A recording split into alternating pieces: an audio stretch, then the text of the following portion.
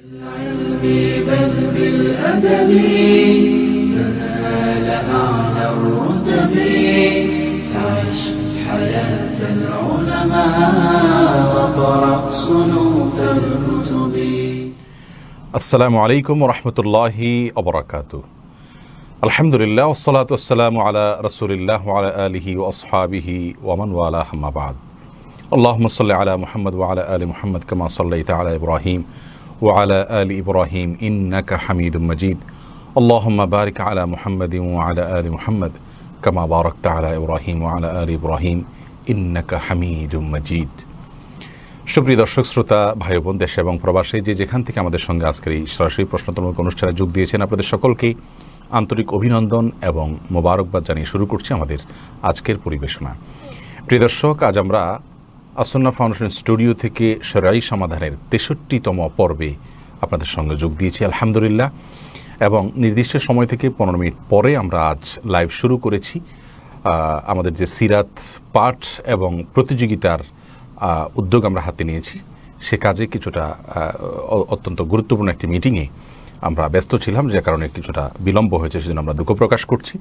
অন্য দিনের মতো আজও আপনাদের যে কোনো জীবন ঘনিষ্ঠ জিজ্ঞাসা আপনারা এই পোস্টের মন্তব্য করে লিখুন, আমরা ইনশাআল্লাহ ধারাবাহিকভাবে আপনাদের প্রশ্ন উত্তর দেওয়ার চেষ্টা করব। সেই সাথে আবারও বলছি যে এটি একটি জ্ঞানের প্রোগ্রাম, ইসলামী নলেজ এবং কোরআন এবং হাদিসের হাদিস ভিত্তিক ইলমকে বিস্তার এবং প্রসারের লক্ষ্যে এই পোস্ট যতটুকু সম্ভব আপনি শেয়ার করুন এবং ওয়াচ পার্টি করুন। আপনার সামান্য শেয়ার কোনো মানুষের জন্য আলোর পথ পেয়ে যাওয়ার মাধ্যম হতে পারে, যার কারণে এক্ষেত্রে আমরা কোনো প্রকার কার্পণ্য করব না এবং দ্বীনি ইলম বিস্তারে দাওয়াতের কাজে আমরা সামিল হয়ে যাব। আল্লাহ আমাদেরকে তৌফিক দান করুন।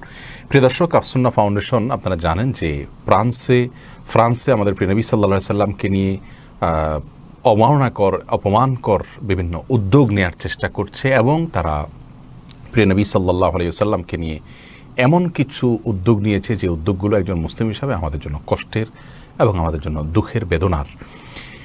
এই পরিস্থিতিতে তাদের সে ঔদ্ধত্যকে আমরা জবাব দেওয়ার জন্য অন্য যে সমস্ত কাজগুলো আমরা করছি, প্রতিবাদ করা, অন্যায়ের বিরুদ্ধে আমাদের যার যার জায়গা থেকে প্রতিবাদ জানানো, সেগুলোর পাশাপাশি তাদের এই কাজের প্রতিবাদে এবং রবিউল আউয়াল মাস এবং আমাদের স্কুল কলেজের শিক্ষার্থীরা প্রায় বেশিরভাগই বলতে গেলে প্রায় সবাই তারা পরীক্ষা না থাকার কারণে বাসা বাড়িতে বসে আছে, অবসর সময় কাটাচ্ছে।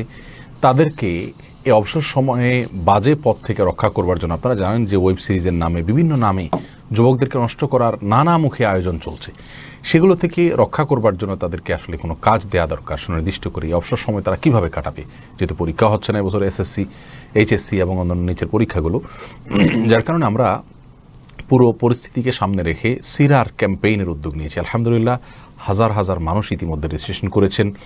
আমরা যেটুকু আশা করেছি তার চাইতে অনেক বেশি সাড়া পড়েছে।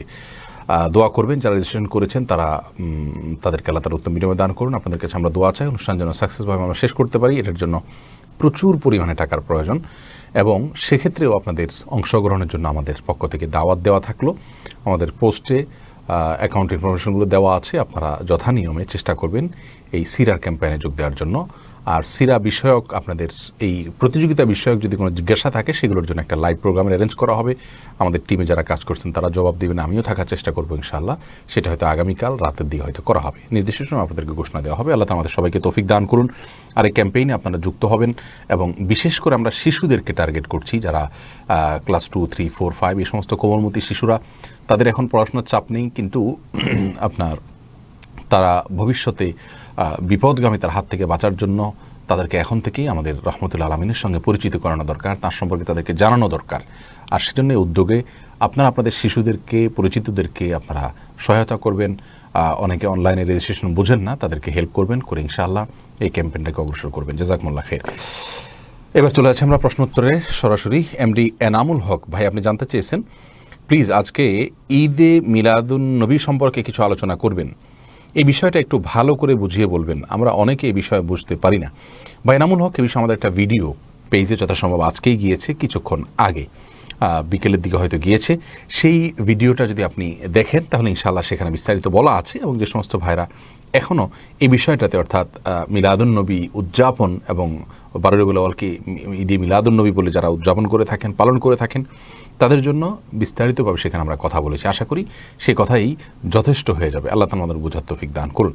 লতিফা লাইজু আপনি জানতে চেয়েছেন, আজকে অনলাইনে নবীজির ব্যবহৃত কিছু জিনিস বলে বেশ কিছু ভিডিও দেখা যায় আজকাল, এগুলো কতটুকু সঠিক এ ব্যাপারে যদি কিছু বলতেন। দেখুন বোন, মূলত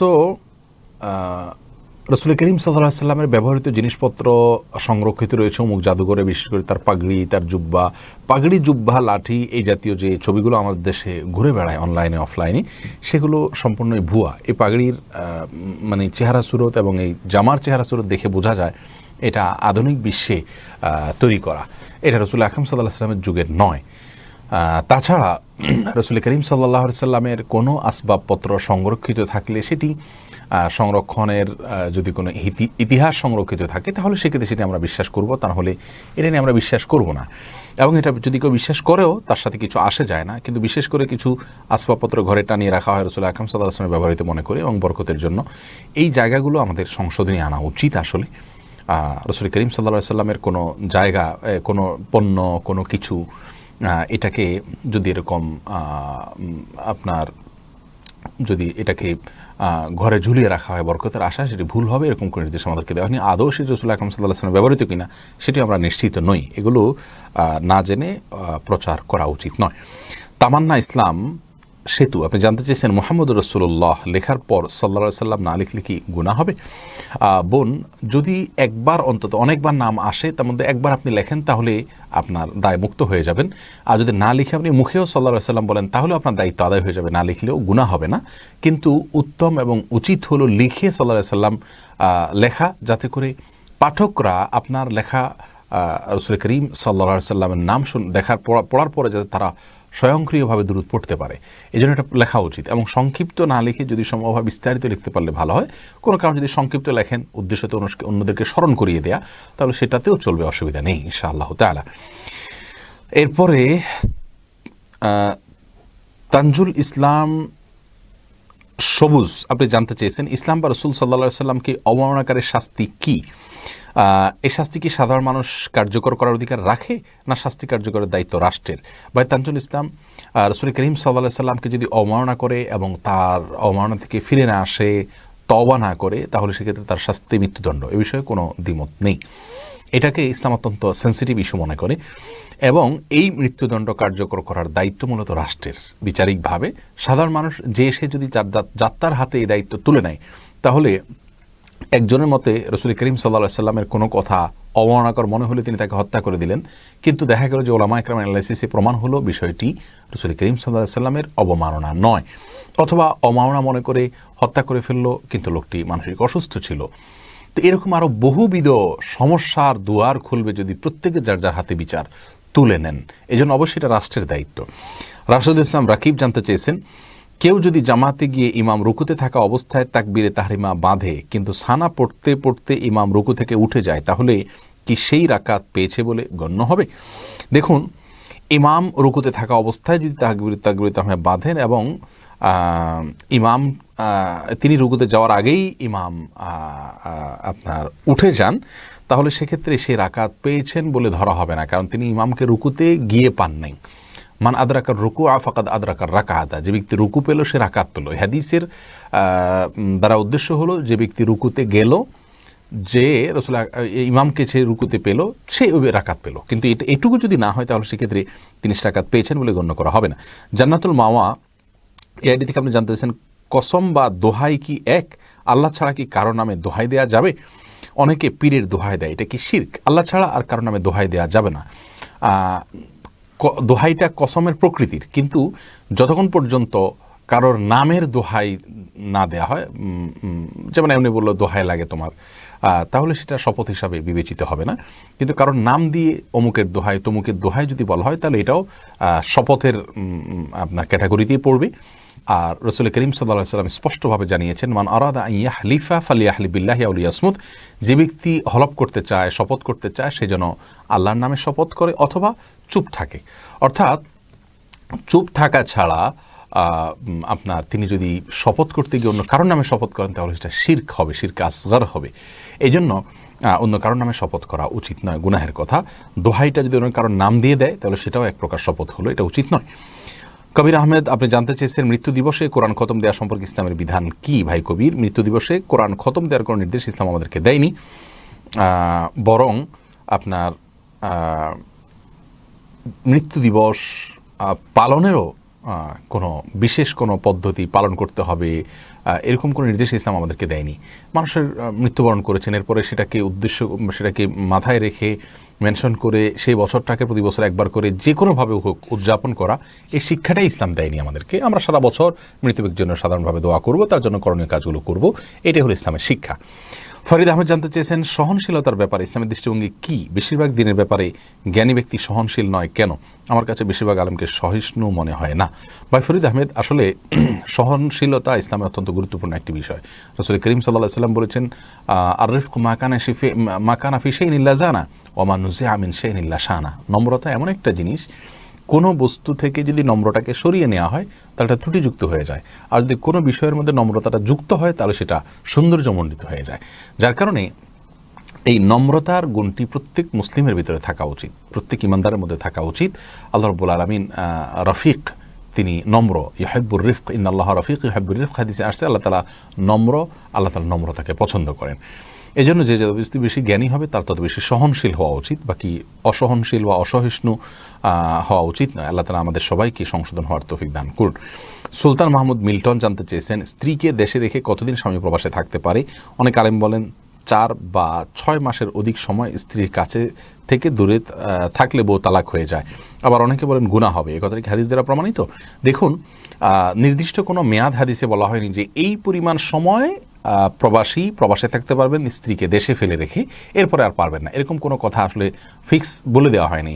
ওমর রাদিয়াল্লাহু তাআলার একটি উক্তি থেকে 4 মাসের সময়ের কথা, অনেকে বলেন যে 4 মাসে বেশি থাকা যাবে না, এর কম থাকা যাবে। আসলে এটা ভ্যারি করে স্ত্রীর এবং তার অবস্থার উপরে।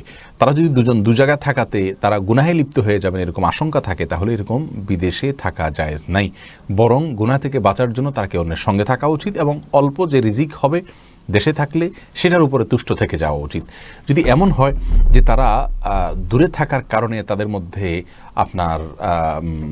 এক ধরনের গুনাহের প্রবণতা চলে আসতে পারে, তারা অপরাধে লিপ্ত হয়ে যেতে পারে, এরকম যদি হয় তাহলে সে অবস্থায় তাদের জন্য এটা জায়েজ নাই, সম্পূর্ণ হারাম। তাহলে আমরা জানলাম যে প্রবাসীর জন্য প্রবাসে থাকার নির্দিষ্ট কোনো মেয়াদ ইসলাম বলে দেয়নি, তবে তার স্ত্রী এবং তিনি উভয় গুনাহ থেকে যতদিন বাঁচতে পারবেন ততদিন তারা থাকতে পারবেন।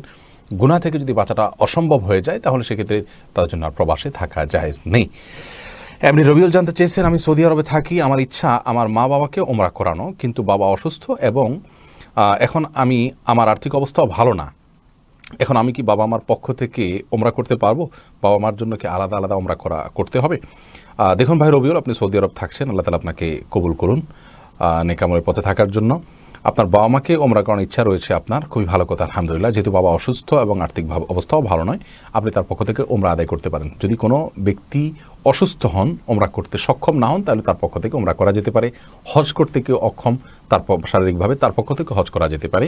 রাসূল করিম সাল্লাল্লাহু আলাইহি ওয়াসাল্লামকে একাধিক সাহাবী এরকম প্রশ্ন করেছেন, তখন তিনি তাদেরকে অনুমতি দিয়েছেন। একজন তার মার পক্ষ থেকে হজ করতে চেয়েছেন, তিনি বলেছেন আফা আহুজ্জু আনহা ইয়া রাসূলুল্লাহ, আমি তার পক্ষ থেকে হজ করতে পারি কিনা? নবী সাল্লাল্লাহু আলাইহি ওয়াসাল্লাম তাকে অনুমতি দিয়েছেন, আপনি করতে পারেন ইনশাআল্লাহ। জান্নাতুল মাওয়া এডি থেকে আপনি জানতে চেয়েছেন 7 ভরি কম স্বর্ণের সাথে কত পরিমাণ টাকা থাকলে জাকাত দিতে হয়? যদি কারোর অনেক টাকা জাকাত হওয়ার পরও সে জাকাত আদায় না করে এবং সুদ খায়, তাহলে কি তাদের সমস্ত টাকা হারাম হবে? তাদের বাসায় খাওয়া যাবে? দেখুন বোন, 7 ভরির কম আর বেশ কোনো কথা নয়। স্বর্ণ এবং নগদ টাকা দুইটা মিলে যদি 595 গ্রাম রূপা কেনার মতো মূল্যর সমপরিমাণ সম্পদ হয়ে যায়, তাহলে আপনাকে জাকাত দিতে হবে। এটা হলো কমন কথা। আর যদি কেউ জাকাত আদায় না করে সম্পদের এবং সুদ খায়, তার যদি অন্য হালাল উপার্জন থাকে তাহলে তার বাসায় দাওয়াত খাওয়া জায়েজ আছে। কিন্তু যদি হালাল এবং হারাম মিশ্র উপার্জন না, শুধু পিওর হারাম উপার্জন হয়, তাহলে সেক্ষেত্রে কিন্তু তার সেই বাসায় আপনার জন্য দাওয়াত খাওয়া হালাল হবে না। আব্দুর রাজ্জাক জানতে চেয়েছেন, অনেকেই যৌবনকালে হারাম পথে যেমন সিনেমা, নাটক, সুদ, ঘুষ, খেলা সম্পদ অর্জন করে, কিন্তু শেষ বয়সে তওবা করে ও আগের সে সম্পদ ভোগ করে, তাদের ইবাদত কি কবুল হবে? না হলে তাদের করণীয় কি? ভাই আব্দুর রাজ্জাক, খুবই গুরুত্বপূর্ণ প্রশ্ন। যদি আল্লাহর হক নষ্ট করে থাকেন, হালাল উপার্জন, যেমন কথার কথা তিনি এমনভাবে উপার্জন করেছেন কথার কথা যে বিষয়টা আল্লাহ তাআলা নিষেধ করেছেন, এখানে বান্দার কোনো হক তিনি নষ্ট করেন নাই, তাহলে সেক্ষেত্রে তওবা করলেই তার জন্য এটি যথেষ্ট হয়ে যাবে। আর যদি কোনো বান্দার হক সংশ্লিষ্ট হয়, যেমন কারোর হক মেরেছেন, ঘুষ নিয়েছেন, তাহলে সেক্ষেত্রে সেগুলো অন্যের হক মেরে থাকলে বৃদ্ধ বয়সে তিনি তওবা করলে সেটা মাফ হবে না, বরং সেই টাকাটা হয় মালিকের কাছে পৌঁছতে হবে, আর না হলে মালিকের পক্ষ থেকে দান করে দিতে হবে। একসাথে না হোক, ধীরে ধীরে, যতক্ষণ পর্যন্ত এটা না করবেন ততক্ষণ পর্যন্ত তার তওবা কবুল হবে না, এটা পূর্ণাঙ্গ তওবা হবে না। আনোয়ার হোসেন জানতে চেয়েছেন, ফরজ নামাজের পর 3 কুল পড়ে গায়ে ফু দেওয়া জায়েজ আছে কি না।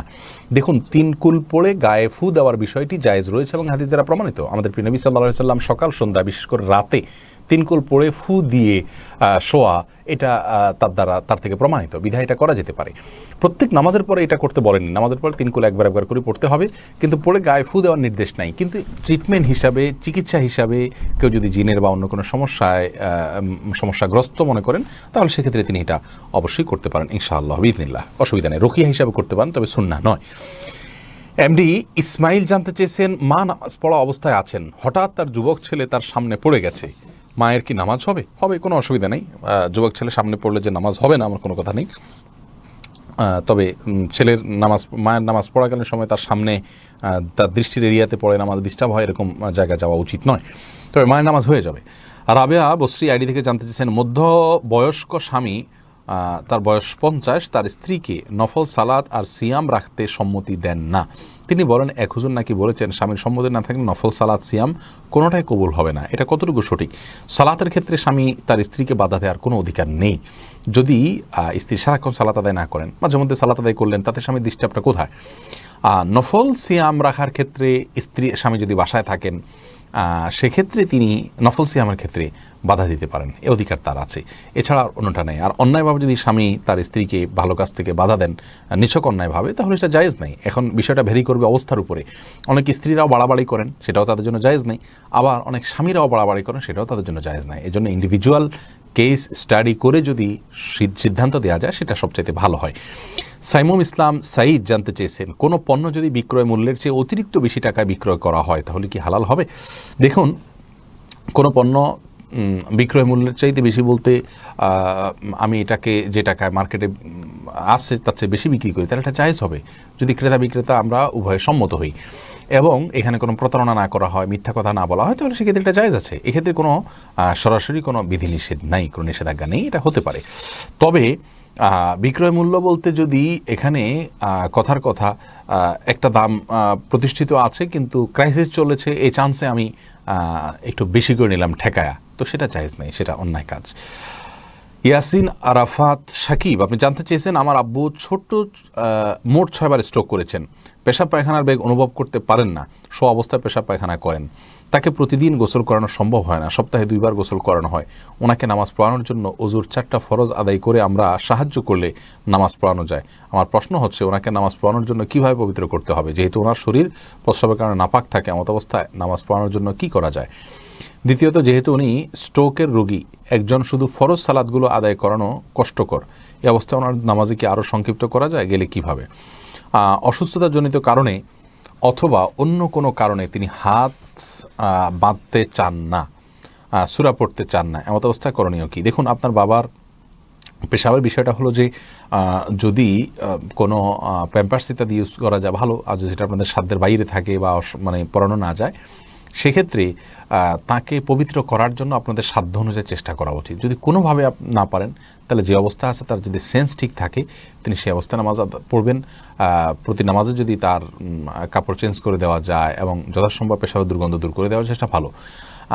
কিন্তু এটা আপনাদের সাধ্যে থাকলে করা উচিত। যদি সাধ্যাতীত হয়ে যায় এবং কোনোভাবেই প্রতি ওয়াক্তে এটা সম্ভব না হয়, তাহলে সেক্ষেত্রে লা ইউকাল্লিফুল্লাহু নাফসান ইল্লা উসআহা, সাধ্যের বাইরে আল্লাহ কোনো কিছু চাপিয়ে দেন না। সেক্ষেত্রে যে অবস্থায় তার যতটুকুর মধ্যে সম্ভব ততটুকু পরিচ্ছন্ন হয়ে তিনি সালাত আদায় করবেন।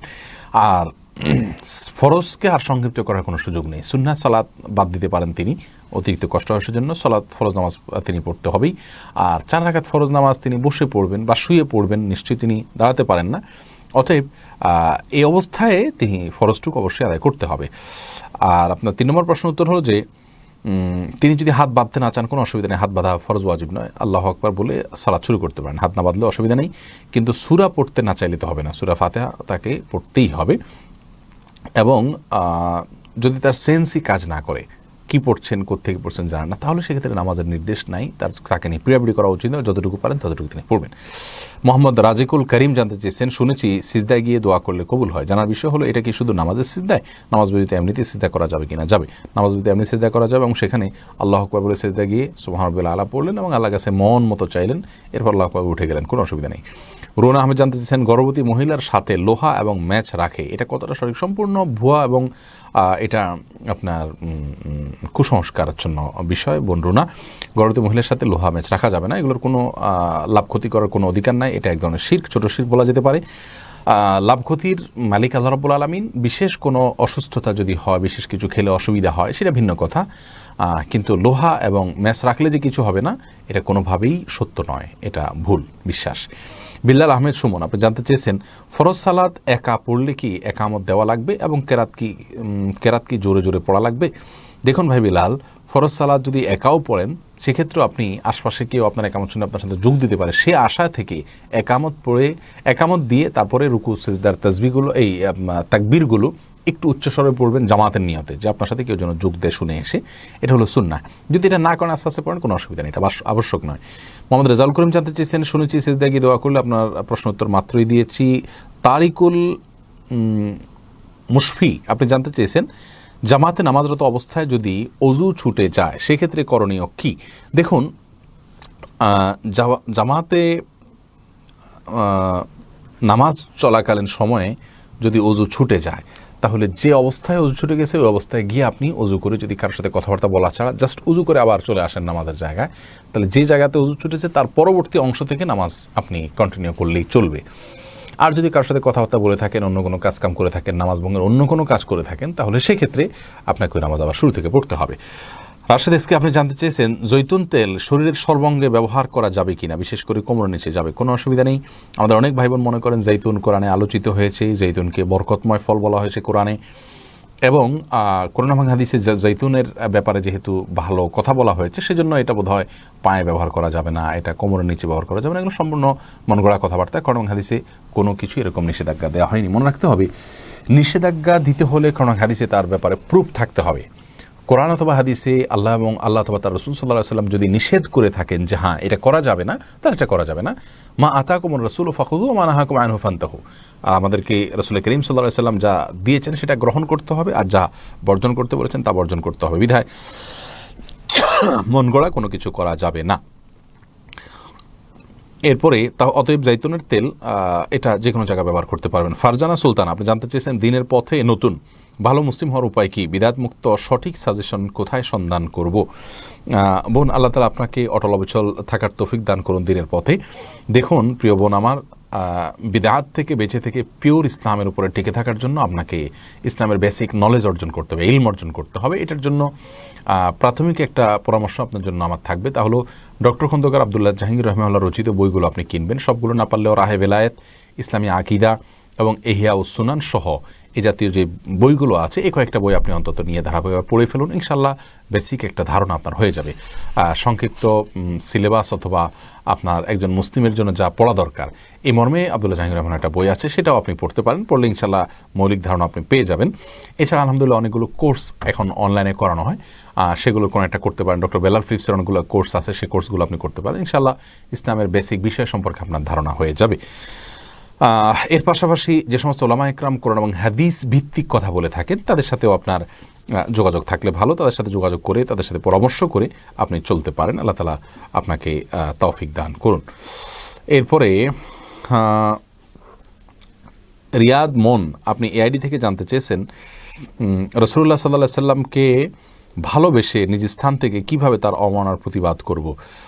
ভাই রিয়াদ, প্রথমত এর জন্য আপনার অন্তরে কষ্ট লাগা কাজ করবে এবং আপনি রাসূল করিম সাল্লাল্লাহু আলাইহি সাল্লামের ভালোবাসার জায়গা থেকে আপনি যারা অবমাননা করেছে তাদের প্রতি আপনার ক্ষোভ কাজ করবে, আপনার তাদের প্রতি ঘৃণা কাজ করবে, এবং আপনার জায়গা থেকে আপনার যতটুকু শক্তি এবং সামর্থ্য আছে ততটুকু শক্তি সামর্থ্য দিয়ে তার কাজ থেকে বিরত রাখার চেষ্টা করতে হবে। মান রাআ মিনকুম মুনকারান ফালিয়ুগাইয়িরহু বিয়াদিহি, রাসূল করিম সাল্লাল্লাহু আলাইহি ওয়াসাল্লাম বলেছেন, যে ব্যক্তি কোনো অন্যায় কাজ দেখবে সে যেন হাত দিয়ে সে অন্যায় কাজকে থামিয়ে দেয়, যদি না পারে তাহলে মুখ দিয়ে, আর না পারলে অন্তর দিয়ে। অজারিকা দাফুল ঈমান, এটা হলো ঈমানের সবচেয়ে দুর্বল স্তর। অতএব আপনার সাধ্য যতটুকু আছে ততটুকু দিয়ে ঘৃণা করবেন, এবং তাকে তার প্রতি আপনার ঘৃণা প্রকাশের যতগুলো শুদ্ধ মাধ্যম হতে পারে, যেমন কথার কথা তার সঙ্গে লেনদেন কায় কারবার বন্ধ করে দেওয়া, আল্লাহ রসুলের ভালোবাসার কারণে তাকে বয়কট করা, অথবা তার পণ্য বর্জন করা,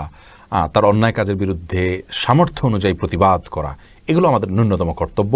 সেই সাথে রাসূল করিম সাল্লাল্লাহু আলাইহি ওয়াসাল্লামের ব্যাপারে আমরা মানুষকে ধারণা দেওয়া, তার ব্যাপারে মানুষকে সচেতন করা, এগুলো আমাদের দায়িত্বের মধ্যে পড়ে। আল্লাহ তাআলা আমাদেরকে তৌফিক দান করুন। জালাল উদ্দিন জানতে চেয়েছেন, জুমার নামাজ পড়তে না পারলে কি পরে জামাত করে পড়তে পারবো? পারলে নিয়ম কি? জুমার নামাজ যদি কোনো কারণে আপনার ছুটে যায় তাহলে সেক্ষেত্রে পরবর্তী জোহরের নামাজ আদায় করবেন, আর জুমার জন্য আর কোনো জামাত আপনি করবেন না। এরপরে স্বপন আহমেদ জানতে চেয়েছে, নাস্তিকতা এবং শিরকি একই ধরনের গুনাহ? দেখুন, শিরক এবং নাস্তিকতা একদিক থেকে একই ধরনের গুনাহ। এই দৃষ্টিকোণ থেকে যে দুইটাই এক ধরনের কুফরি, তবে ধরন ভিন্ন আছে। একটা হলো আল্লাহকে সম্পূর্ণ অস্বীকার করা, একটা হলো আল্লাহকে স্বীকার করে তার সঙ্গে শিরক করা। মাত্রার বিচার যদি আমরা করি, দুইটা প্রায় একই মাত্রার অপরাধ এবং দুইটাই এক ধরনের কুফরি, তবে পার্থক্য আছে, দুই ধরনের কুফরি। ইমরান ইমু আপনি জানতে চেয়েছেন, পূজা উপলক্ষে দাওয়াতের উদ্দেশ্যে হিন্দু বন্ধুকে গিফট দেওয়া যাবে কি না? ভাই ইমরান, পূজা উপলক্ষে হিন্দু বন্ধুকে উইশ করা, এ উপলক্ষে তাকে দাওয়াত দেওয়া, এটা জায়েজ নাই। তবে এমনি সাধারণভাবে তাকে আপনি দাওয়াত দিতে পারেন, খাওয়াতে পারেন, সবই ঠিক আছে, কিন্তু পূজা উপলক্ষে এটা করার মানে হলো তাকে অ্যাপ্রিসিয়েট করা, তার এই কাজকে এক ধরনের সমর্থন করা, তাকে এক ধরনের উৎসাহ দেওয়া। একজন মানুষ কোনো অন্যায় কাজ করছেন, আপনি জানেন তিনি গুনাহের কাজ করছেন, আপনি তার সে কাজে অ্যাপ্রিসিয়েট করতে পারেন না, এই জায়গা থেকে আপনি তাকে দাওয়াত দিতে পারবেন না। এরপরে ফারিয়া পাহিম আপনি আইডি থেকে জানতে চেয়েছেন, বাচ্চার জন্মদিনে বিধর্মীদের ফলো না করে এমনিতে অন্য কোনোভাবে আনন্দ দেওয়া যাবে কি না? কেউ কেউ বলেন এদিনে বাচ্চাদেরকে আনন্দ দেয়া নাকি সুন্নাহ, কতটা সত্যি? না বোন ফারিয়া, বাচ্চাদেরকে জন্মদিন উপলক্ষে আনন্দ দেওয়া সুন্নাহ, এই কথা কেউ বলে থাকলে এর কোনো প্রমাণ আমাদের কাছে নেই, এটি আমি মনে করি ভিত্তিহীন কথা। তবে নিজস্ব ঘরোয়াভাবে যদি ওই জন্মদিন উপলক্ষে নিজেরা কোনো আনুষ্ঠানিকতা করে, সেটা সেই মাপের অন্যায় নয়। কেক কাটা, মোমবাতি জ্বালানো বা বিধর্মীদের অনুসরণ করে যেগুলো করা হয়ে থাকে, খ্রিস্টানদের বিশেষ করে অনুকরণ করে, সেটার মতো অন্যায় নয়। মনে রাখা উচিত এটা খ্রিস্টানদের থেকে এসছে, এটা তাদের সংস্কৃতি বা কালচার, এবং তারা ঈসা আলাইহিস সালামের জন্মদিন উদযাপন থেকে নিয়ে শুরু করে এই কাজগুলো করে থাকে তাদের নিজেদের মধ্যে। তো সেই কালচার আমাদের বর্জন করা উচিত। কোরআন এবং হাদিসের সমস্ত নির্দেশনাগুলো আমাদেরকে আপনার এই সংক্রান্ত নির্দেশনাগুলো ইহুদি খ্রিস্টানদের অনুকরণ করা থেকে আমাদের দূরে থাকতে বলে, যার কারণে করা উচিত নয়। ঘরোয়া একান্তভাবে করলে সেটা সেরকম না হলেও এটাও এক ধরনের আনুষ্ঠানিকতা। জন্মদিবসকে বিশেষভাবে উদযাপন, এটা থেকে আমাদের আসলে বেরিয়ে আসা উচিত। এটা এক ধরনের ইহুদি খ্রিস্টানদের ট্রেন্ড, সেখান থেকে আমাদের সরে আসা উচিত। আল্লাহ তাআলা তৌফিক দান করুন। আব্দুল্লাহ আল বাকের জানতে চেয়েছেন, আমাদের দেশে আলেমদের এত বিভক্তি নিয়ে কিছু বলুন, খুব কষ্ট পাই এর ফলে। ভাই আব্দুল্লাহ আল বাকের, আপনি না, লক্ষ লক্ষ শ্রোতা আমাদেরকে যারা দেখছেন আজকে লাইভে, সবাই আমার মনে হয় একমত হবেন আমার সঙ্গে। আমি নিজে, আপনি, আপনারা যারা দেখছেন, আমরা যারা আছি আজকে অথবা যারা নেই, আমরা সবাই কিন্তু শকড। হাতে গোনা কিছু লোক বাদে বেশিরভাগ মানুষই কিন্তু এই বিভক্তিতে আমরা আহত, আমরা কিন্তু কষ্টে আছি, বেদনায় রয়েছি। এই জন্য আল্লাহ রাব্বুল আলামিনের কাছে আমাদের দোয়া করা উচিত, ইস্তেগফার করা উচিত, আল্লাহর কাছে মাপ চাওয়া উচিত। আর এটার কারণ আসলে অনেক, বিস্তারিত বিশ্লেষণ করার সুযোগ নেই।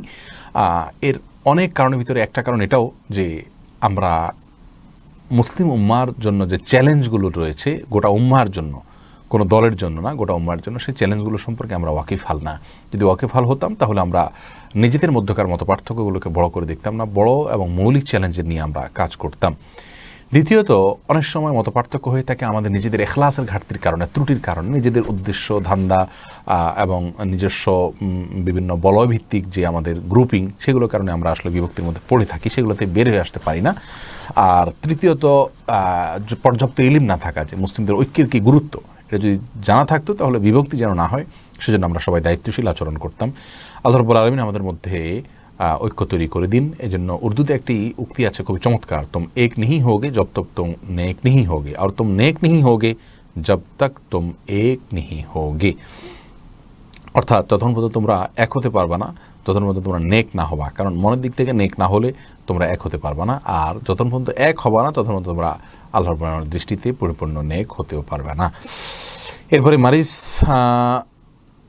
আবু হাইল আপনি জানতে চেয়েছেন সকালবেলা দোকান খোলার পর কোন সূরা পড়লে রিজিকে বরকত আসে, বলবেন কি? আসলে ভাই এরকম কোনো বিশেষ কোনো সূরা নাই যে সূরাটা পাঠ করলে রিজিকে বিশেষ বরকত আসে, বরং বিসমিল্লাহ বলে যে কোনো কাজ শুরু করলে সেখানে আল্লাহ বরকত দান করেন। আল্লাহর নাম নিয়ে শুরু করলে, জিকিরের সাথে শুরু করলে এবং হালাল উপায়ে সে কাজটা সমাধান করলে ইনশাআল্লাহ তাআলা বারাকা দান করবেন।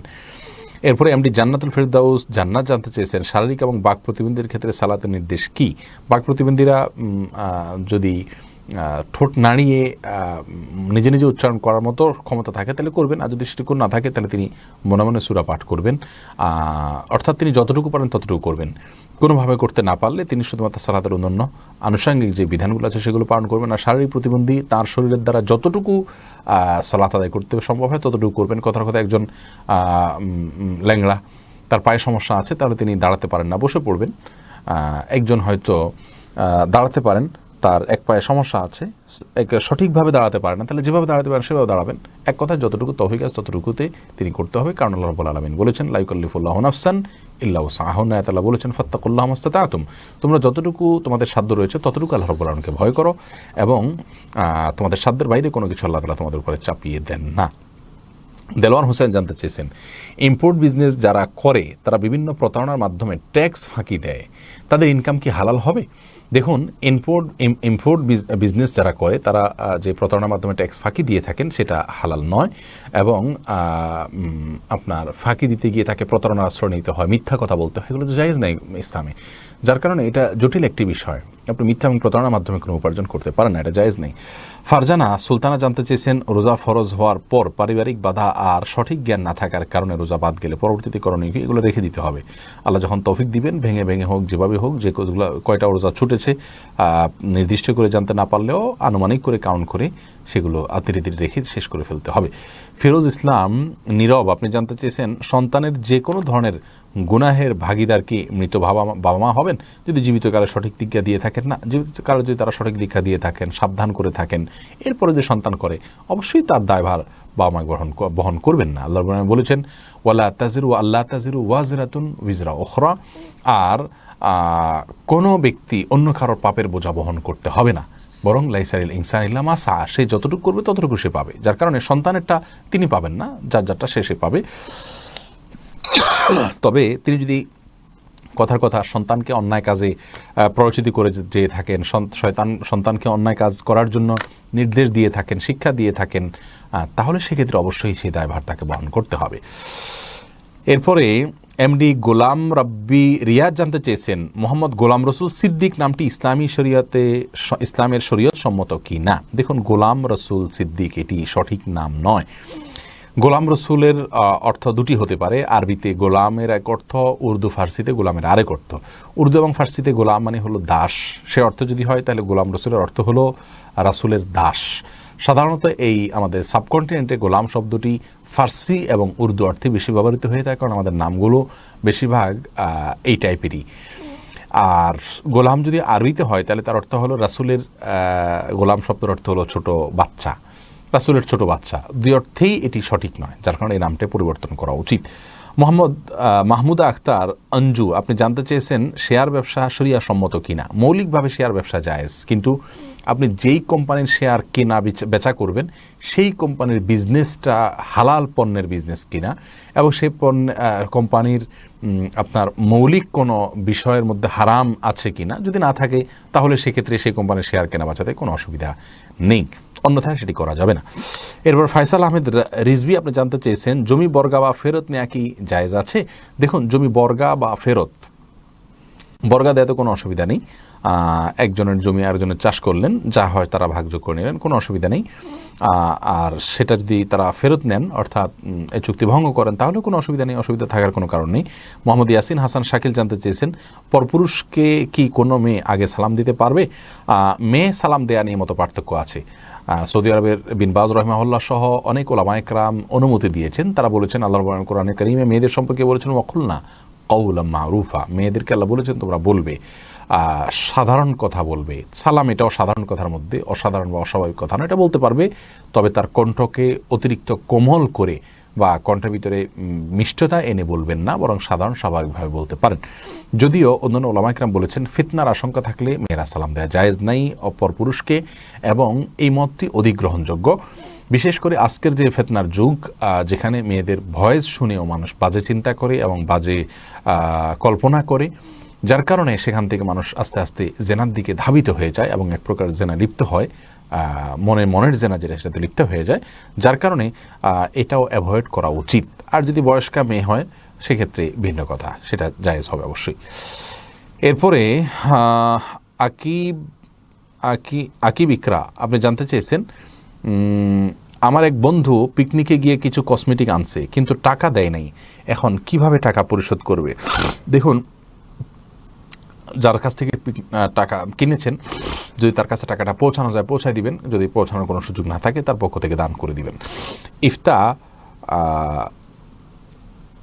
এরপরে আদনা এই আইডি থেকে আপনি প্রশ্ন করেছেন, পায়ে মেহেদি পরা যাবে কিনা? টিউব মেহেদি করা যাবে, কোনো অসুবিধা নেই। তবে টিউব মেহেদির মধ্যে কিছু কিছু আছে ন্যাচারাল না, এটা আর্টিফিশিয়াল হওয়ার কারণে এই মেহেদি ব্যবহার করার ফলে আপনার শরীরের উপর আলাদা একটা স্তর পড়ে যায়। আলাদা যদি স্তর পড়ে যায় তাহলে কিন্তু সেই মেহেদি আপনি খুঁটলে কিন্তু পড়ে, এরকম যদি হয় তাহলে তারা স্তর হয়ে গেলে অজু হবে না। এই মেহেদি কিন্তু ব্যবহার করা জায়েজ নাই কোনো ক্ষেত্রে। এমনি সাধারণ যদি আপনি ন্যাচারাল মেহেদি, টিউব মেহেদির মধ্যে যদি কোনোটা ন্যাচারাল থাকে, আলাদা স্তর না পড়ে, বরং জাস্ট কালার হয়, পরবর্তীতে কালারটা আস্তে আস্তে ডিসকালার হয়ে নর্মাল হয়ে যায়, এরকম যদি হয় তাহলে সেক্ষেত্রে সেই টিউব মেহেদি বা সেরকম মেহেদি এটা ব্যবহার করাতে কোনো অসুবিধা নেই। পায়েও ব্যবহার করা, যেমন কোনো কথা নেই যে এটা পায়ে ব্যবহার করা যাবে না, যে কোনো ব্যবহার করতে পারবেন। কবির হোসেন জানতে চেয়েছেন, শুকরানা সেজদার নিয়ম কি? এখানে তাশাহুদ পড়ে সালাম ফিরাতে হবে কিনা? না ভাই, তাশাহুদ পড়ে সালাম ফিরাতে হবে না। কোনো কাজে আল্লাহর প্রতি আপনি শুকরিয়া জানাতে চাচ্ছেন, আল্লাহু আকবার বলে সেজদায় যেয়ে সুবহান রাব্বিল আলা সেজদা তাসবিহ পাঠ করে আপনি সেজদা শেষ করে উঠে যাবেন, দাঁড়িয়ে যান বা বসে যান, তাতেই সেজদা শুকর আদায় হয়ে যাবে। এরপর শাহিনুর নেওয়াজ আপনি জানতে চেয়েছেন, পর্দা করে ভিডিও ক্লাস আপলোড দেওয়া যাবে কি না? জি, দেওয়া যাবে, পর্দার সাথে ভিডিও ক্লাস করে আপলোড দিতে পারেন, কিন্তু এটাও যদি অ্যাভয়েড করা যায়, ফিতনার আশঙ্কা থাকলে সেক্ষেত্রে সেটা ভালো।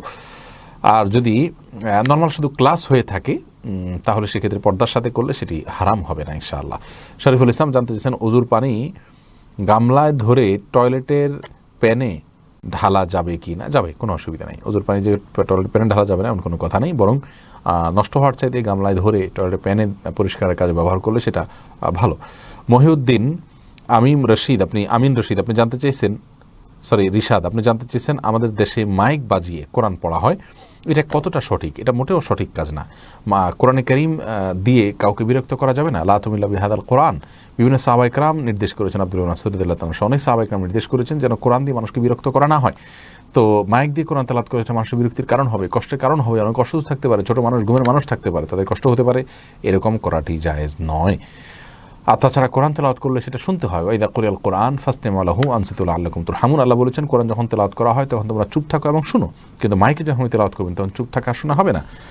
এরপরে সাইফুল শরীফ আপনি জানতে চেয়েছেন, বিয়ের পর কাবিনেট টাকা কমানো যাবে কি না? দেখুন, বিয়ের পরে কাবিনের যে টাকা সেটা যদি স্ত্রী কমিয়ে দিতে চান স্বেচ্ছায়, তিনি যদি কম নেন সেটা তার জন্য জায়েজ আছে। আল্লাহ বলেছেন তিনি যদি কিছু ছাড় দেন ফাকুলু হানিয়াম মারিয়া, তাহলে সেক্ষেত্রে তোমরা সেটা খেতে পারো, ভক্ষণ করতে পারো, ভোগ করতে পারো। আর যদি তাকে প্রেশার দিয়ে বা সিস্টেমে ফেলে এটা করা হয় তাহলে সেটা জায়েজ নাই। আর উভয় পক্ষ মানে একে অন্যের সাথে বোঝাপড়া করে কমানো এটাও জায়েজ নাই, এটা মেয়ের অধিকার। বিয়ের পরে চুক্তি হয়ে গেলে এরপর আর উভয় পক্ষের এখানে কিচ্ছু নাই। মেয়ে যদি নিজে থেকে স্বেচ্ছায় খুশি হয়ে ছাড় দেন সেটা তার ব্যাপার সম্পূর্ণ। কে এম সজল জানতে চেয়েছেন, পুরুষের নখে মেহেদি দেওয়া জায়েজ আছে কিনা? উত্তর হলো এটি উচিত নয়। মেহেদি এটা পুরুষরা না মেয়েরা ব্যবহার করবেন। রাসূল করিম সাল্লাল্লাহু আলাইহি ওয়াসাল্লাম একবার এক মহিলার হাতে কিছু দিচ্ছিলেন, তিনি বললেন যে এটা মহিলার হাত নাকি পুরুষের হাত না এটা? তখন বললেন ইয়া রাসূলুল্লাহ মহিলার হাত। তখন বললেন যে মহিলার হাত কিন্তু মেহেদি নাই কেন? তার মানে মেহেদি দিবেন মহিলার হাত, এটা সুন্নাহ এবং এটা ভালো। আর সাজগোজ এটা মেয়েদের জন্য, পুরুষরা এক্সট্রা কালার করে সাজগোজ করা এটা পুরুষদের জন্য অনুমোদিত নয়। মোহাম্মদুল্লাহ সিমন আপনি জানতে চেয়েছেন, অসুস্থতার জন্য হজে না যেতে পারলে তা দিয়ে কি মসজিদ নির্মাণ করলে হজের সওয়াব হবে? উত্তর হলো না, কোনো অবস্থাতেই না। আপনি অসুস্থতার জন্য দিতে না পারলে আপনি টাকা দিয়ে অন্য কাউকে পাঠাবেন, কিন্তু মসজিদ নির্মাণ করা ভিন্ন সওয়াবের কাজ, ভালো কাজ, কিন্তু এর ফলে হজের সওয়াব হবে না বা হজের দায় থেকে আপনি মুক্ত হবেন না। হোসনে আরা জানতেছেন ইমানে অটল থাকার জন্য কি কোনো দোয়া আছে? একটা দোয়া পড়বেন, রব্বানা হাব লানা মিন আজওয়াজিনা ওয়া যুররিয়াতিনা কুররাতা আয়ুন ওয়াজআলনা লিল মুত্তাকিন, না দুঃখিত, আবার বলছি দোয়াটি, রব্বানা লা তুযিগ কুলুবানা বা'দা ইয হাদাইতানা ওয়া হাব লানা মিন লাদুনকা রাহমাহ ইন্নাকা আনতাল ওয়াহ্হাব। এই দোয়াটা যদি আপনি পড়েন তাহলে সেক্ষেত্রে বেশি পরিমাণে নির্দিষ্ট কোনো সময় না যে আপনার এই টাইমে পড়তে হবে, এরকম যদি আপনি বেশি থেকে বেশি পড়তে থাকেন ইনশাআল্লাহ বিইذনিল্লাহ আপনাকে আল্লাহ রাব্বুল আলামিন ঈমানের মৃত্যু নসিব করবেন। এই দোয়ার অর্থ আমি বলে দিচ্ছি, রব্বানা লা তুযিগ কুলুবানা, হে আল্লাহ আমাদের অন্তরগুলোকে আপনি বক্র করে দিবেন না, বাঁকা করে দিবেন না, বা'দা ইয হাদাইতানা, আপনি যেহেতু একবার হেদায়েত দিয়েছেন এরপর অন্তরকে আমার বাঁকা করে দিবেন না, রব্বানা লা তুযিগ কুলুবানা বা'দা ইয হাদাইতানা ওয়া হাব লানা মিন লাদুনকা রাহমাহ, আর আপনার পক্ষ থেকে আপনি আমাদেরকে রহমত এবং অনুগ্রহ দান করুন, ইন্নাকা আনতাল ওয়াহ্হাব, নিশ্চয়ই আপনি দানশীল। এই দোয়া আপনি পড়তে পারেন, এটি সূরা আলে ইমরানের আয়াত এবং সূরা আলে ইমরানের যথাসম্ভব 8 নম্বর আয়াত এটি, যার কারণে এই দুটোই আপনি পড়তে পারেন ইয়ের জন্য। এছাড়া আরও ইমানের মৃত্যুর জন্য অনেকগুলো আমল আছে যেগুলো আমাদের একটা ভিডিও ক্লিপ আছে, সেটা দেখতে পারেন আপনি। মুরাদ আহমেদ জানতেছেন গালের দুপাশের দাড়ি কি কাটা যাবে? দুপাশের দাড়ি কাটা যাবে না, এই যে চোয়াল হাড্ডি এটার উপরে যেগুলো থাকবে এগুলো সবগুলো দাড়ি, এগুলো কাটা যাবে না।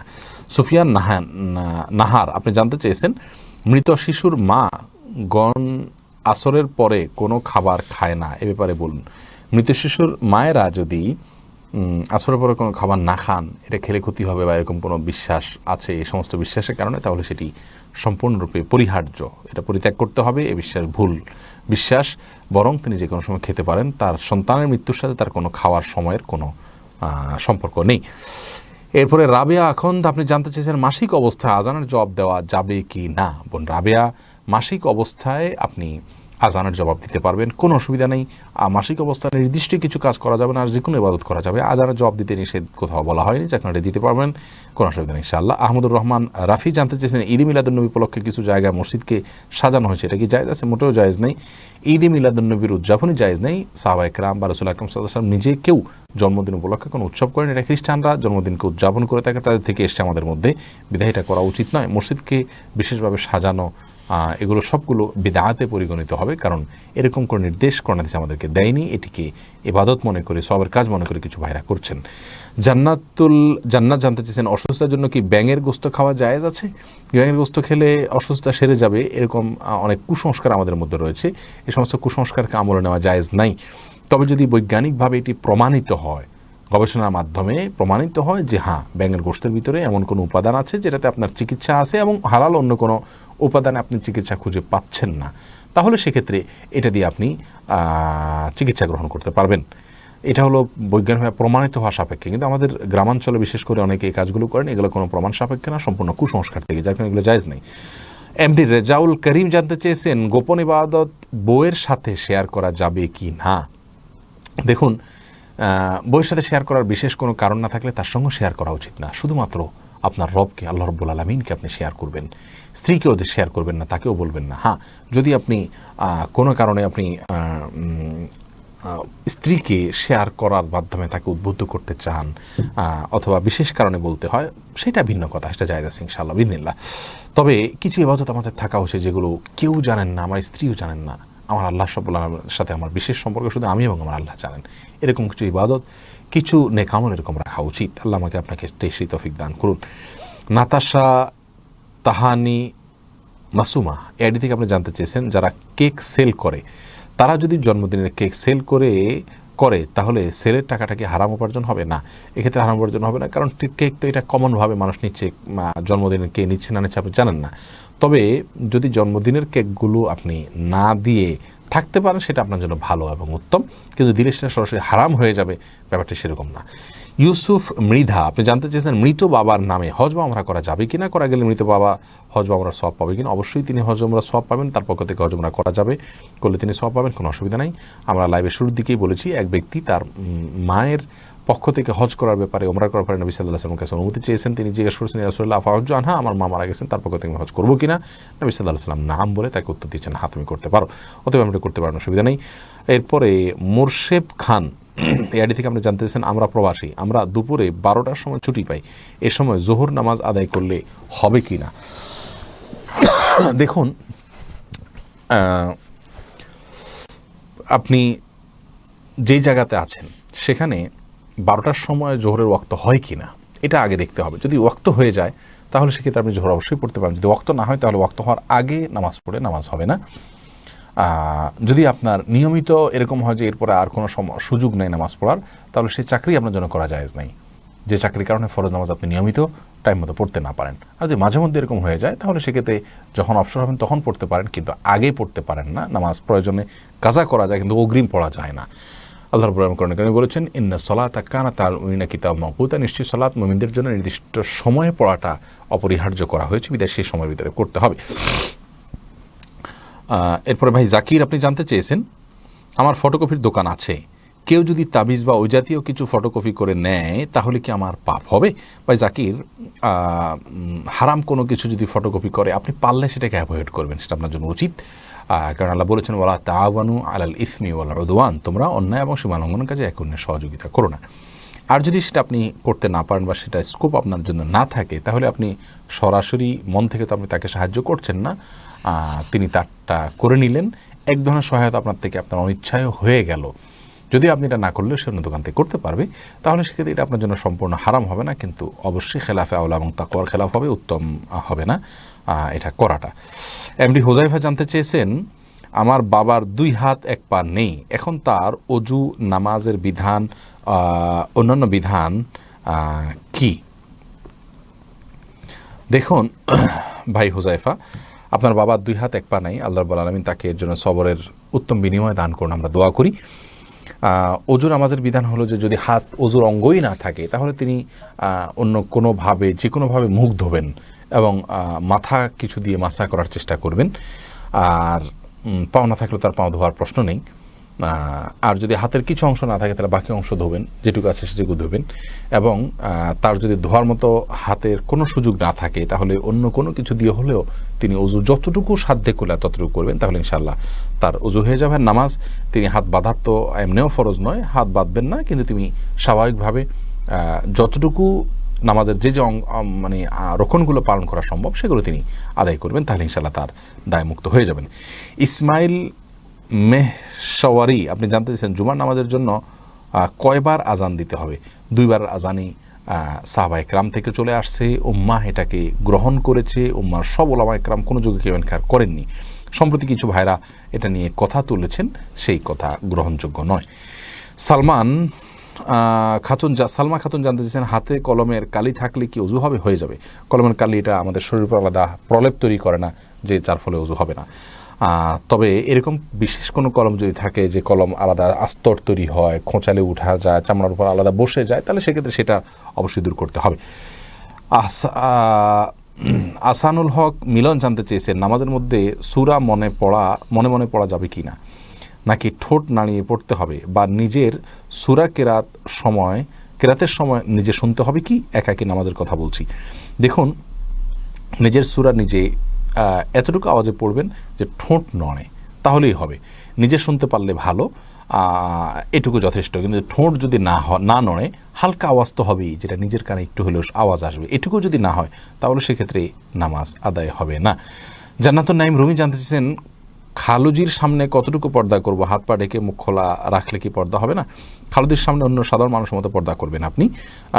যদি যেতে হয় তাহলে পরিপূর্ণভাবে হাত মুখ ইত্যাদি ঢেকে, পুরো শরীর ঢেকে তারপরে তার সামনে যাবেন, কথা বলবেন, আত্মীয় হিসেবে অন্যান্যদের পাশাপাশি তার খোঁজখবর নিতে পারেন, সেটা ঠিক আছে। কিন্তু আপনাকে অন্য 10 জনের মতোই পর্দা করতে হবে, যেহেতু তিনিও একজন গায়রে মাহরাম।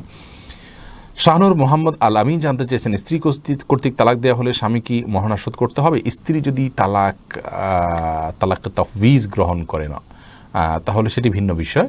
স্ত্রী যদি তার স্বামীর সাথে তালাকের বিষয়ে আলোচনা করে তিনি আর্গুমেন্ট করে তালাক আদায় করে নেন, এটাকে খোলা বলা হয়, তাহলে সেক্ষেত্রে স্বামীর কাছ থেকে তার মহারণা পাওয়ার কোনো অধিকার নেই। এরকম যদি হয়, বরং উল্টা যে মহারণা দিয়েছেন স্বামী, সেই মহারণা স্বামী ফেরত নেয়ার শর্ত তাকে দিতে পারেন।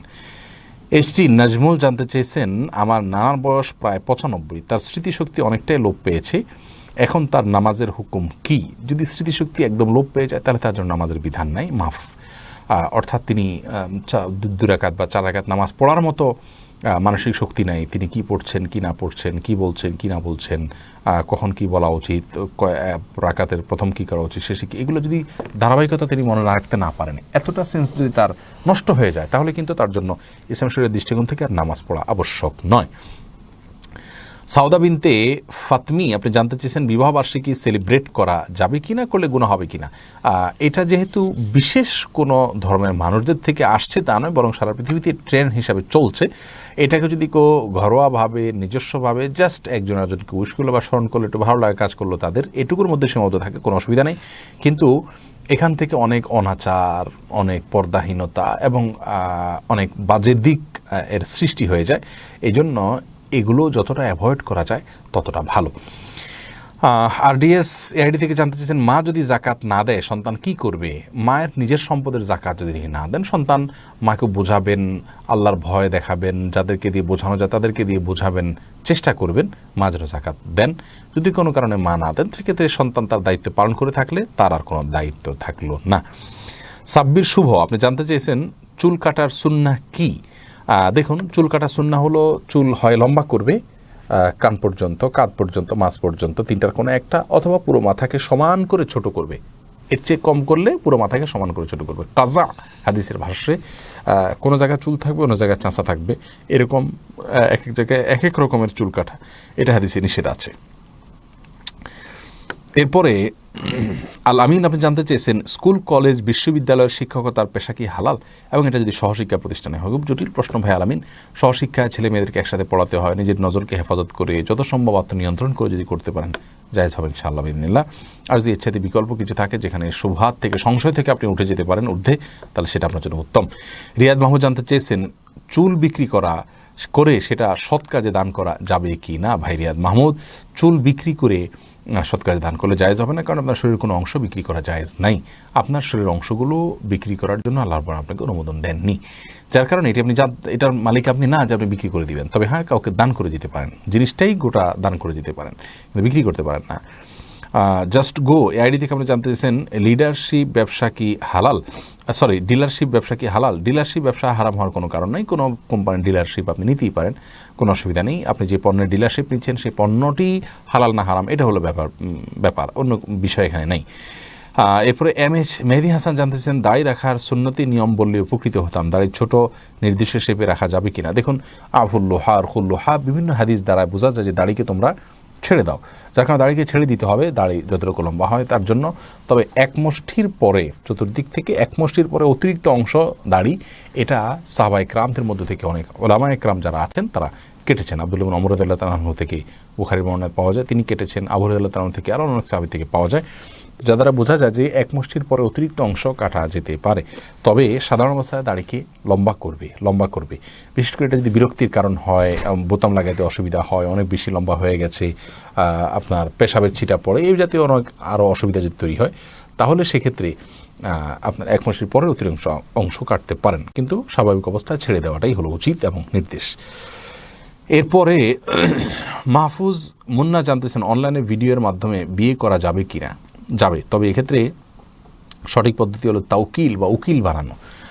অর্থাৎ আপনি দূরে আছেন, তাহলে মেয়ের কাছে আপনি একজন উকিল পাঠাবেন যে আমি অমুক মেয়ের সাথে আপনি আমাকে বিবাহ পড়িয়ে দিন, বা আমার পক্ষ থেকে আপনি কবুল করে নিন। তখন তিনি আপনাকে বিয়ে করাবেন ওই মেয়ের সাথে আপনার প্রতিনিধি হিসাবে, এবং এভাবে বলবেন আমি অমুকের প্রতিনিধি হিসাবে আপনার মেয়েকে বিয়ের প্রস্তাব করছি। ব্যাস, এভাবে যদি হয় সেটা হলো সঠিক পদ্ধতি। এইটার পাশাপাশি যদি ভিডিও হয় তাহলে সেটা আরও ভালো হয়। মোহাম্মদ সোহেল দেওয়ান জানতে চাইছেন ইকরা নাম রাখা যাবে কিনা? দেখুন, ইকরা শব্দের অর্থ হলো পড়ো, তো এটা কোনো অর্থবহ নাম হয় না, কিন্তু রাখলে কোনো গুনাহ হবে না, অসুবিধা নেই, কিন্তু খুব অর্থবহ নাম হলো না আর কি। SA আফ্রিদি জানতে চেয়েছেন অজু থাকা অবস্থায় যদি কোনো খারাপ কিছু সামনে চলে আসে তাহলে কি অজু ভেঙে যাবে? না, ওটা দেখলে যে অজু ভেঙে যাবে এমন কোনো কথা নয়। খন্দকার দিনা জানতে চেয়েছেন গর্ভপাতের কতদিন পর নামাজ আদায় করা যাবে? বন্দিনা, গর্ভপাতের পর যতদিন পর্যন্ত ব্লিডিং হবে, সেই ব্লিডিংটা যদি আপনার গর্ভপাতের পরে 40 দিন পর্যন্ত সর্বোচ্চ হয় তাহলে এই কয়দিন নামাজ পড়বেন না, তারপর নামাজ পড়বেন। আর যদি তার কম হয় তাহলে যতদিন হয় তারপরে ব্লিডিং বন্ধ হয়ে গেলে তখন তাই নামাজ পড়বেন। মোহাম্মদ আরিফুর রহমান জানতেছেন দাড়ি কাটা ইমামের বিছানা নামাজ পড়া যাবে কি না? এটা নিয়ে মত পার্থক্য আছে। ইমাম আবু হানিফা রাহিমাহুল্লাহর মতে ফাসেক দাড়ি কাটা ইমাম তার পিছনে নামাজ পড়া মাকরু হবে। আর আরব উলামা ইকরামের মতে ইমাম নেককার হোক বদকার হোক এটা আমাদের দেখার বিষয় নাই, বরং সল্লু খলফা কুল্লি বাররিন ওয়া ফাজিরিন, নেককার হোক বদকার হোক সকলের পিছনে যতক্ষণ তার কেরাত বিশুদ্ধ আছে, নামাজের মৌলিক মাসালাতে কোনো ত্রুটি করছেন না জানেন, তাহলে তার পিছনে নামাজ হলে নামাজ হয়ে যাবে। এরপরে তবে এরকম ইমামকে নিয়োগ দেওয়া কারো মতেই জায়েজ নাই। যারা নিয়োগ দিবেন তাদের জন্য ফাসেক ইমামকে নিয়োগ না দিয়ে, ফাসেক বলতে যিনি প্রকাশ্যে অপরাধ করছেন, অপরাধকে মানে করে প্রকাশ করে বেড়াচ্ছেন, এরকম নামাজ পড়া, এই ইমামকে নামাজের জন্য নিয়োগ দেওয়া জায়েজ নাই, গুনাহের কথা। আলাউদ্দিন হোসেন জানতেছেন নামাজে মোকাব্বের রাসূলের সুন্নাত এটা বাদ দিয়ে মাইকের ব্যবহার কতটুকু শরিয়া সম্মত? ভাই আলাউদ্দিন হোসেন এটা নিয়ে নতুন করে গবেষণা খুব একটা প্রয়োজন নেই, এটা নিয়ে অনেক গবেষণা হয়েছে। মুফতি শফি সাহেব রাহিমাহুল্লাহ পাকিস্তানের, তিনি এটার উপরে একটা বই লিখেছেন এবং সেখানে বিস্তারিত আলোকপাত করেছেন, অন্যান্য ওলামা ইকরামও লিখেছেন। আসলে ইমামের ভয়েসটাকে মাইক্রোফোন নিয়ে রেকর্ড করে তারপরে সে আবার বলে, বিষয়টা তো সেরকম না, বরং ইমামের ভয়েসটা ইমাম সাধারণভাবে একটু আস্তে বললে সেটা হয়তো 10 জনের শুনতো, একটু জোরে বললে 100 জন শুনলো, মাইকটা হলো অনেকটা জোরে বলার মতো। যার কারণে রাসূল করিম সাল্লাল্লাহু আলাইহি ওয়াসাল্লামের যুগে এই সুযোগ ছিল না যে ইমামের কথাটা জোরে মুসল্লি শুনতে পাবে। যদি থাকতো তাহলে আর মুকাব্বিরের সিস্টেম হয়তো থাকতো না। যার কারণে এটা ভিন্ন কিছু নয়, ইমামের ভয়েসটাই জোরে বলা হচ্ছে, এটাকে সুন্নাহ বিরোধী মনে করার কোনো কারণ নেই। ফারজানা সুলতানা, আপনি জানতেছেন বেপরদা অবস্থায় জাতীয় পরিচয়পত্র হয়েছিল, এখন কোনো দরকারে সেটা ফটোকপি করতে হলে কি করণীয়? ফটোকপি করবেন, যথাসম্ভব অন্য কেউ যাতে না দেখে তাকে নসিহা করবেন এবং সেই চেষ্টা করবেন, তারপর যদি দেখে দায় তার, আপনার গুনাহ হবে না ইনশাআল্লাহ। এরপরে আরেক ভাই প্রশ্ন করেছেন এমডি সরওয়ার, আমরা প্রবাসে থাকি, কাজের কারণে জামাতে নামাজ পড়তে পারি না, এশার নামাজে সব কাজা পড়তে পারবো একসাথে? এটা একটু আগে বলেছি ভাই সরওয়ার, যারা প্রবাসে আছেন এমন কোনো জায়গায় যদি থাকেন যে আপনি 5 ওয়াক্ত নামাজ পড়তেই পারেন না টাইম মতো, তাহলে আপনার জন্য সেই জায়গায় থাকা, সেই পেশায় কাজ করা জায়েজ নাই প্রিয় ভাই আমার। কোনো জায়গায় যদি কাজ করতে গিয়ে আপনি খেতেই না পারেন, আপনি সেখানে কাজ করবেন? আপনার যদি খেতেই দেয়া না হয়, ঘুমোতেই দেয়া না হয়, আপনি সেখানে কাজ করবেন না। আপনি ভিন্ন কোনো জায়গা খুঁজবেন, কম স্যালারিতে হোক, কম সুযোগ সুবিধা হোক, সেটাই করবেন, কারণ আপনার বাঁচা মরার ব্যাপার। সালাদটা হলো ইমানদারের জন্য বাঁচা মরার ব্যাপারের মতো। নামাজ পড়তে না পারলে সেখানে আপনি চাকরি কেন করবেন? জায়েজ নেই, আল্লাহ তাআলা মাফ করুন। এরপরে MH বাপ্পি, আপনি জানতে চেয়েছেন আগুন উপরে যে লালমনিরহাটের লোকটিকে হত্যা করলো সে বিষয়ে কিছু বলুন। খুবই গুরুত্বপূর্ণ কথা বলেছেন ভাই বাপ্পি। লালমনিরহাটে যে একজন ব্যক্তি মসজিদে ঢুকে মসজিদে কোরআন তছনছ করছিলেন এবং মসজিদে জঙ্গি রয়েছে কথা বলে কোরআনকে অপমান করছিলেন, পায়ে মারাচ্ছিলেন, ছুঁড়ে ফেলছিলেন, এটা দেখে সাধারণ মানুষ ক্ষিপ্ত হয়ে তাকে প্রহার করেছে। একটা পর্যায়ে লোকটি মৃত্যুবরণ করেছেন, তার গায়ে আগুন ঢেলে দেওয়া হয়েছে, আগুন জ্বালিয়ে দেওয়া হয়েছে। এ বিষয়ে আমাদের বক্তব্য হলো, প্রথমত এই কাজটি যারাই করুক না কেন, ইসলামী শরিয়ার দৃষ্টিকোণ থেকে এটি অত্যন্ত গর্হিত এবং অন্যায় কাজ হয়েছে।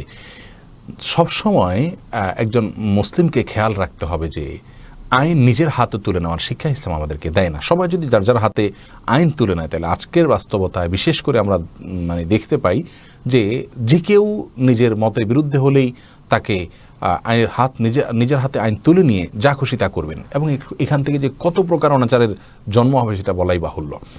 যেটি দেখতে পেলাম আমরা লালমনিরহাটে, অত্যন্ত দুঃখজনক একটি বিষয়। যে লোকটিকে হত্যা করা হলো সেই লোকটি কোরআন তছনছ করেছেন ইত্যাদি, সবই ঠিক আছে, কিন্তু পরবর্তীতে জানা গেল লোকটি মানসিকভাবে অসুস্থ ছিলেন, তিনি একজন মুসলিম ছিলেন, তিনি কোরআনের প্রতি তার আস্থা ভক্তির কোনো কমতি ছিল না, কিন্তু তিনি ডিপ্রেশনে ভুগছিলেন তার চাকরি চলে যাওয়ার কারণে। তারপর থেকে তিনি ওষুধ খাচ্ছিলেন, মানসিকভাবে তিনি অনেকটা অসুস্থ হয়ে পড়েছেন, যার কারণে তিনি এমনটি করেছেন। একজন মুসলিম না জেনে এরকম পদক্ষেপ নেওয়া উচিত নয়। আল্লাহ বলেছেন আল্লাহ তাকুম আলাইসালাকে ভিয়াইল, যে বিষয়ে তুমি জানো না সে বিষয়ে কোনো অবস্থান তুমি গ্রহণ করতে যাবে না। সেই সাথে আমরা এও বলবো যে এই বিষয়টি আদৌ মুসলিমরা করেছেন নাকি তাদের মধ্যে কোনো হাইপ তৈরি করা হয়েছে, কোনো গুজব তৈরি করা হয়েছে, পেছন থেকে কোনো অপশক্তি মুসলিমদেরকে কালার্ড করার জন্য, বিশেষ করে ফ্রান্সের বিরুদ্ধে যখন মুসলিমরা আন্দোলন করছে, তাদের অপকর্ম এবং ঘৃণার বিরুদ্ধে প্রতিবাদ করছে, সেই সময়টাতেই এ ধরনের কর্মকাণ্ড কোনো দুষ্ট অপশক্তি করে মুসলিমদের বদনাম করতে চাইছে কিনা সেটাও বেশ জোরালোভাবে আমাদের ভাবা উচিত এবং দেখা উচিত। আল্লাহ তাআলা আমাদেরকে বোঝার তৌফিক দান করুন। আর সেই সাথে আমরা বলবো যে যারা প্রশাসনে ছিলেন, স্থানীয় চেয়ারম্যান ছিলেন, তাদের উচিত ছিল বিষয়টাকে খুব দ্রুত বিহিত করার ব্যবস্থা করা। তারা লোকটিকে আটকে রাখলেন এবং জনগণের ক্ষোভ আস্তে আস্তে বাড়তে লাগলো। এর মধ্যেও তারা দৃশ্যমান কোনো কিছু করলেন না। তারা তাকে থানায় নিয়ে যেতে পারতেন এবং তাকে লোকচক্ষুর আড়াল করে ফেলতে পারতেন। পরবর্তী প্রক্রিয়াগুলোতে যাচাই করে লোকটা যে মানসিকভাবে অসুস্থ সেটা মানুষকে জানাতে পারতেন। এই উদ্যোগগুলো নেওয়া উচিত ছিল। সেগুলো নিতে দেরি করাতে কিন্তু এই পরিস্থিতি তৈরি হয়েছে। যাই হোক, কোনোভাবে এটি কাম্য নয়, এটি ঘৃণ্য বিষয়। মানুষ তো মানে সাধারণ মুসলিম তো দূরের কথা, কোনো শত্রুকেও মৃত্যুর পরে পোড়ানো ইসলাম শরীয়তের দৃষ্টিকোণ থেকে জায়েজ নাই। এটা খুবই গর্হিত এবং গুনাহের কথা। আল্লাহ তাআলা আমাদেরকে বাঁচার তৌফিক দান করুন। ফারুক আহমেদ জানতেছেন, ওযু করার পর নখ কাটলে কি ওযুর কোনো ক্ষতি হবে? না, কোনো ক্ষতি হবে না। ইমামউদ্দিন জানতেছেন, বাচ্চারা কি পুতুল নিয়ে খেলতে পারবে? ছোটো ছোটো পুতুল যদি ওইটা ওইভাবে পূর্ণাঙ্গ মানুষের অবয়ব একেবারে পরিপূর্ণভাবে না থাকে, আপনার জাস্ট খেললো, জায়েজ আছে। আয়েশা রাদিয়াল্লাহু তাআলা আনহার পুতুল ছিল, খেলছেন তিনি। তবে এটাকে সম্মানজনকভাবে আপনার বিভিন্ন শোকেসিতে সাজিয়ে রাখা, এটা জায়েজ নাই। এরপরে বেলাল হোসেন জানতে চেয়েছেন, বিয়ে করার জন্য মেয়ে দেখতে গিয়ে টাকা দেওয়া জায়েজ আছে কি না? দিতে পারেন হাদিয়া হিসাবে, কোনো অসুবিধা নেই। শাহ রিয়াহ আপনি আইডি থেকে জানতেছেন, একটা মাজারে একটা মসজিদই আছে, আশপাশে কোনো মসজিদ নাই, মসজিদে সবাই ওই মাজারের মুরিদ, ওই মসজিদে নামাজ পড়লে নামাজ আদায় হবে কি না? দেখুন, এরকম যদি হয় যে মসজিদের মধ্যে মাজার আছে, কবর আছে মসজিদের ভেতরে, তাহলে সেখানে নামাজ পড়া জায়েজ নাই, বরং অন্য কোনো মসজিদে নামাজ আদায় করতে হবে। আফরিন সুলতানা জান্নাত আপনি জানতে চেয়েছেন, 11 বছরের ছাত্রের সামনে কি পর্দা করা লাগবে? 11 বছরের ছাত্র আজকাল বিশেষ করে এই বয়সে ম্যাচুরিটি চলে আসে, এই জন্য পর্দা তার সামনে করা উচিত। যদি সে প্রাপ্তবয়স্ক না হয় তাহলে পর্দা না করলেও যথাসম্ভব শালীনভাবে তার সামনে থাকা উচিত। এরপরে আফরিন সুলতানা জান্নাত জানতে চেয়েছেন, 11 বছরের, আপনার প্রশ্ন উত্তর বলেছি। ইমরান এল এস জানতে চেয়েছেন, বাসার নিচে প্রতিবেশীর গায়ে হলুদ হচ্ছে, যেখানে গান নাচ হচ্ছে, সেখানে দাওয়াত খাওয়া যায় আছে কিনা? না, যেখানে গুনাহ হয় সে মসজিদে যাওয়া আমাদের জন্য জায়েজ নয়, সেখানটাকে অ্যাভয়েড করতে হবে আমাদের। আর যদি যেতে হয় তাকে জানিয়ে দিতে হবে যে আমার এই সমস্যার কারণে আমি যেতে পারছি না। এম আর সাব্বির জানতেছেন, মেধাশক্তি বাড়ানোর জন্য কি করা যায়? মেধাশক্তি বাড়ানোর জন্য গুনাহ ছাড়তে হবে, আল্লাহর জিকির এবং স্মরণ বাড়াতে হবে, এবং মেধাকে নষ্ট করার হাত থেকে রক্ষার জন্য যে যে করণীয়গুলো আছে সেগুলো করতে হবে। আর আল্লাহর কাছে সাধারণভাবে আপনি দোয়া করতে পারেন যেন আল্লাহ রাব্বুল আলামিন আপনার বুঝ শক্তি বাড়িয়ে দেন। এরপরে সালমা খাতুন জানতে চেয়েছেন, কাপড়ে রক্ত লাগলে নামাজ হবে? দেখুন, কাপড়ে রক্ত লাগলে সে রক্তের যদি পরিমাণ অনেক অল্প হয় নামাজ হয়ে যাবে, কিন্তু যদি পরিমাণে বেশি হয় তাহলে সেক্ষেত্রে নামাজ হবে না। এটাই বিশুদ্ধতম, যদি অনেকের মধ্যে রক্ত পাক বা পবিত্র। সিদ্দিকাতুল বারি সাদিক জানতে চেয়েছেন, কোনো বিষয়ের সত্য বা মিথ্যা যাচাইয়ের জন্য কোরআন স্পর্শ করা যাবে কিনা? না, এটা যাবে না। সত্য মিথ্যা যাচাই করার জন্য আল্লাহর নামে শপথ করবেন, বা সেটুকু যথেষ্ট। কোরআন স্পর্শ করা এটা কোনো সঠিক পদ্ধতি নয়। আনজিয়া এআইডি থেকে আপনি জানতেছেন, আমি পার্লারে কাজ করি, এটা কি হালাল? পার্লারে আপনি যদি হালাল কাজ করেন তাহলে সেটা হালাল, কিন্তু পার্লারে যদি যে কাজগুলো করছেন হারাম কোনো কাজ করেন সেখানে, তাহলে সেটা হারাম হবে, সেই কাজ থেকে বেঁচে থাকবেন। যদি কাজ করেন তাহলে বলবেন যে আমি এই ক্যাটাগরির কাজগুলো করব না, যেগুলোতে ইসলাম শরিয়ার নির্দেশ লঙ্ঘন হয়। ওয়াহিদুর রহমান রাফি জানতে চেয়েছেন, আজানের আগে সালাতু সালাম দেওয়া কতটুকু সুন্নাহ সম্মত? সম্পূর্ণ বিদআত। আজানের আগে সালাতু আসসালামু আলাইকা রাসূলুল্লাহ এরকম বলা অনেক অঞ্চলে এটার প্রচলন রয়েছে, এগুলো জায়েজ নাই। আজানের আগে এরকম কোনো কথা বলার জন্য কোরআন হাদিস আমাদেরকে নির্দেশ দেওয়া হয়নি। ইবাদতের মধ্যে নতুন কোনো সংযোজন অথবা বিয়োজন এটি পরিত্যাজ্য, এটি বিদআত। হাফিজুর রহমান জানতে চেয়েছেন, ইস্তেঞ্জার পর ঢিলা অথবা টিস্যু ব্যবহার কি বাধ্যতামূলক? যেহেতু আপনাকে পেশাব থেকে পবিত্র হতে হবে, অথবা এটা বাধ্যতামূলকই বলা যায়। আপনি যদি কোনোভাবে কোনো কিছুতে আপনি এটা না মুছছেন অথবা না ধোন, তাহলে সেক্ষেত্রে পাক হওয়াতে কোনো রাস্তা থাকলো না, আপনার কাপড় চোপড় না পাক হয়ে যাবে, যার কারণে এটাকে আমরা বাধ্যতামূলকই বলতে পারি। আবদুল্লাহ সাইদ জানতেছেন, নামাজে দুনিয়াবি চিন্তা আসলে কি করা? যদি নামাজে দুনিয়াবি চিন্তা আসে তাহলে সেক্ষেত্রে সাথে সাথে ফেরত নেওয়ার চেষ্টা করবেন, কিন্তু আশাটা অস্বাভাবিক নয়।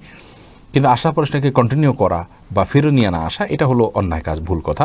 মোহতারাম জানতেছেন, নিজে মানত করে করা খাসি থেকে কিছু অংশ নেওয়া যাবে কিনা? না, মানত করা খাসি সম্পূর্ণ গরিবদেরকে দান করতে হবে, নিজে সেখান থেকে আর কোনো কিছু নেওয়া যাবে না। প্রিয় দর্শক, দেখতে দেখতে নির্দিষ্ট সময় পার হয়ে গেছে, আমরা আর আজ কন্টিনিউ করতে পারছি না। 100 শতাধিক প্রশ্নের উত্তর আমরা দিয়েছি, চেষ্টা করেছি আপনাদের অনেকগুলো প্রশ্ন উত্তর দেওয়ার জন্য। যেসব প্রশ্ন উত্তর দেওয়া হয়নি চেষ্টা করা হবে ইনশাআল্লাহ এই রিপ্লাইয়ের মাধ্যমে যতটুকু আমাদের সাধ্যে কুলায় আপনাদেরকে আমরা উত্তর দেওয়ার চেষ্টা করব। আল্লাহ রাব্বুল আলামিন আপনাদের সকলকে সম্মানিত করুন, আমাদের সবাইকে সম্মানিত করুন, এবং প্রিয় নবী সাল্লাল্লাহু আলাইহি সাল্লামের অপমান করার, তাকে নিয়ে বাজে কথা বলে মুসলিমদের কষ্ট দেওয়ার যে ঘৃণ্য কাজে লিপ্ত হয়েছে ফ্রান্স এবং সেটাকে সমর্থন করছে যারা, তাদেরকে মনে প্রাণে বয়কট করব আমরা। যার যার জায়গা থেকে ফ্রান্সের পণ্যগুলো বয়কটের ব্যাপারে দৃঢ় সিদ্ধান্ত আমাদেরকে নিতে হবে এবং আমরা বলিষ্ঠভাবে এ পথে অগ্রসর হতে হবে। কোনোভাবেই আমরা তাদের পণ্য ক্রয় করব না। এবং প্রসাধনীর ক্ষেত্রে আমাদের মা বোনদের আমি বলবো যে তাদের যে লরিয়াল সহ বিভিন্ন যে ইয়েগুলো আছে, ব্র্যান্ডগুলো আছে, সেগুলো পরিহার করুন। মেডিসিনের ক্ষেত্রে আমরা পরিহার করব, অন্যান্য ক্ষেত্রে পরিহার করব। নবী সাল্লাল্লাহু আলাইহি সাল্লামের সম্মানার্থে আমাদের এই দায়িত্বটুকু আমাদের অবশ্যই পালন করতে হবে, এটা ঈমানি কর্তব্য। আল্লাহ রাব্বুল আলামিন আমাদেরকে দান করুন, সেই তৌফিক দান করুন এবং এ সমস্ত নোংরামি এবং ঘৃণ্য কর্মের বিরুদ্ধে মুসলিমরা যেন বলিষ্ঠভাবে ভূমিকা রাখতে পারে, সেই তৌফিক আল্লাহ তাআলা মুসলিমদেরকে দান করুন। আজকের মতো এখানে শেষ করছি প্রিয় দর্শক। ইনশাআল্লাহ আগামী সপ্তাহে একই সময় আপনাদের প্রশ্ন উত্তর নিয়ে আমরা আবারও হাজির হব ইনশাআল্লাহ।